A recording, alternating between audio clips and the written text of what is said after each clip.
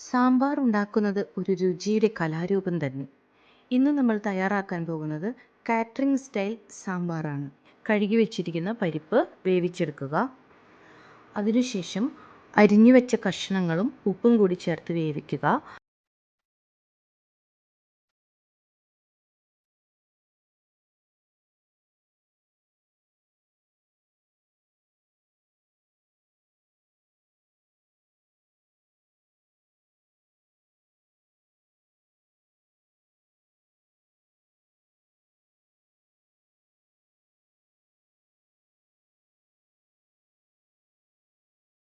വേവിച്ചു വെച്ചിരിക്കുന്ന കൂട്ടിലേക്ക് ആവശ്യത്തിന് പുളിവെള്ളം, കുറച്ച് ശർക്കര ചേർത്ത് തിളപ്പിക്കുക.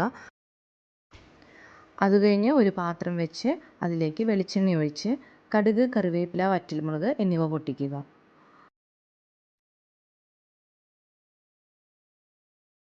അതിനുശേഷം ഫ്ലെയിം ഓഫ് ചെയ്യുക. എന്നിട്ട് 1/4 സ്പൂൺ മഞ്ഞൾപ്പൊടി, 1/2 സ്പൂൺ മുളക് പൊടി, 3 സ്പൂൺ സാമ്പാർ പൊടി എന്നിവ ചേർത്ത് നന്നായി മൂപ്പിച്ച് സാമ്പാർ കൂട്ടിലേക്ക് ഒഴിക്കുക. അതിലേക്ക് കുറച്ച് മല്ലിയില ചേർക്കുക. അതുപോലെ ടേസ്റ്റ് കൂടുന്നതിന് 1 സ്പൂൺ നെയ്യ് കൂടി ചേർക്കുക.